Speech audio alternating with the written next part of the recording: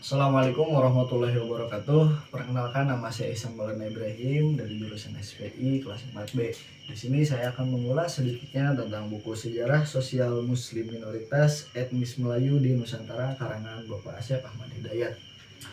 Yang akan saya ulas dalam kesempatan pada kali ini yakni di bab 1 tentang teori masuknya Islam ke Nusantara. Teori masuk ataupun kedatangan Islam di Nusantara adalah satu teori yang membicarakan tentang kapan dan awal kedatangannya Islam di kawasan ini. Siapa pembawanya pun dengan pendakwahnya sampai sekarang Islam sangat berkembang pesat di kawasan Nusantara. Ada beberapa teori yang kemudian muncul dalam teori kapan masuknya Islam ke kawasan Nusantara, yakni diantaranya pertama ada teori India, teori Arab Mekah, teori Arab Persia, pun dengan teori Indochina. Yang pertama ada teori India. Dibandingkan dengan teori lainnya, teori India memiliki pendukung yang cukup banyak.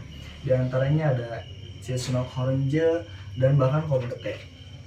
Mokwete, R. Akren, dan Snokhornje berpendapat bahwa Islam Indonesia berasal dari Gujarat. Mokwete dan R. Akren menyandarkan teorinya itu pada bukti-bukti fisik berupa kuburan dan batu nisan yang terdapat di Gresik, Jawa Timur, dan di Pasai, berasal dari daerah Gujarat. Karena itu Islam Nusantara berasal dari daerah Gujarat dan Selatan. Teori Gujarat ini didukung oleh C. Snokhornje yang mengatakan bahwa tidak mungkin Islam datang di Indonesia langsung dari Arab tanpa melalui ajaran tasawuf yang berkembang di India, yaitu Gujarat.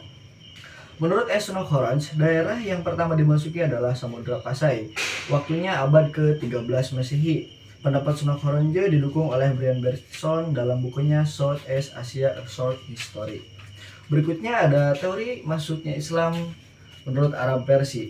Teori Arab Persia ataupun Persia menyatakan bahwa Islam datang di Asia Tenggara berasal dari tanah Persia atau yang sekarang disebut sebagai Iran, bermadhab Syiah dalam abad ke-13 Masehi. Pendukung teori ini adalah Umar Amir Hussein dan Hussein Jayadiningrat. Teori ini didasarkan pada bukti-bukti sejarah berupa dijumpainya nama-nama sultan di Nusantara yang menggunakan nama Syah ataupun Tashi atau Tashih dalam naskah Cina.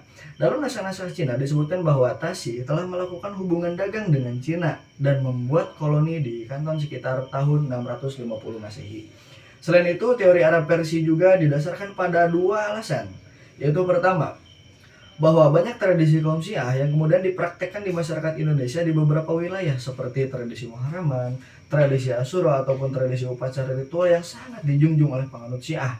Upacara tabut memperingati peristiwa tragedi Karbala di Sumatera Barat dan Jambi.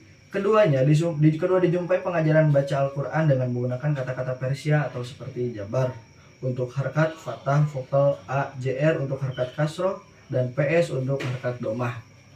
Dalam masyarakat Islam Indonesia di beberapa wilayah di Indonesia, adapun penggunaan fathah, kasroh, dan domah adalah ejaan hasrat harkat yang digunakan orang-orang Mekah di dalam mengajar huruf-huruf Al-Quran. Yang terakhir ada teori Indochina. Keempat adalah teori Indochina. Teori ini menyatakan bahwa Islam disebarkan di kawasan Nusantara berasal dari Cina dan Indochina. Teori ini didukung oleh Syed Naguib Al-Attas atau Siti Fatimi Samet Mulyana, Sumanto Al-Qurtubi, dan termasuk penulis sendiri yakni Bapak Asep Ahmad Hidayat mendukung teori ini. Bukti-bukti mengenai kedatangan Islam berasal dari Cina dapat kita rujuk pada peristiwa-peristiwa pemborokan di Kanton pada tahun 877 Masehi yang telah mengorbankan kira-kira 120.000 orang sampai 200.000 orang para pedagang Islam, yang kebanyakan para pedagang Islam Arab Persia. Di antara sekian para pedagang Islam, sebagiannya melarikan diri ke wilayah-wilayah pesisir pantai di kawasan Asia Tenggara seperti Tumasi, Aceh, Kelaa Kedah, dan juga Tanah Jawa. Slamet Muljana pada tahun 1968 dalam runtuhnya kerajaan Hindu Jawa dan timbulnya negara-negara Islam di Nusantara, tidak hanya berpendapat bahwa Sultan Demak adalah seorang penakan Cina, namun juga ia menyimpulkan bahwa para wali songo adalah orang peranakan Cina. Pendapat ini bertolak dari kronik Lenteng Sampokong di Semarang, Jawa Tengah. Misalnya, ia menyebutkan bahwa Raden Fatah ataupun penaman Demak memiliki nama Cina, Pangeran Jinbun. Arya Damar nama Cina Yaswon Leong, dan Sultan Terenggunu memiliki nama Cina dengan panggilan Tungkang Lo. Menurut Eski Fatimi, kerajaan Campa di Indochina pada tahun 1000 sampai 1471 Masehi adalah sebuah kerajaan Islam yang didirikan oleh para pelarian Syiah Alawiyah dan Damaskus.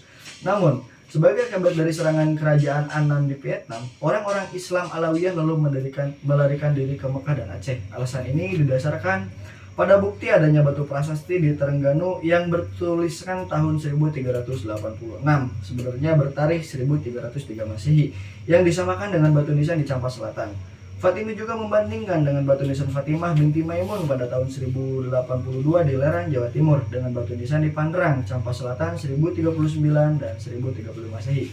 Berdasarkan bukti-bukti ini, Rizky Fatimah berpendapat bahwa Islam datang ke tanah Melayu dan Jawa berasal dari Indochina.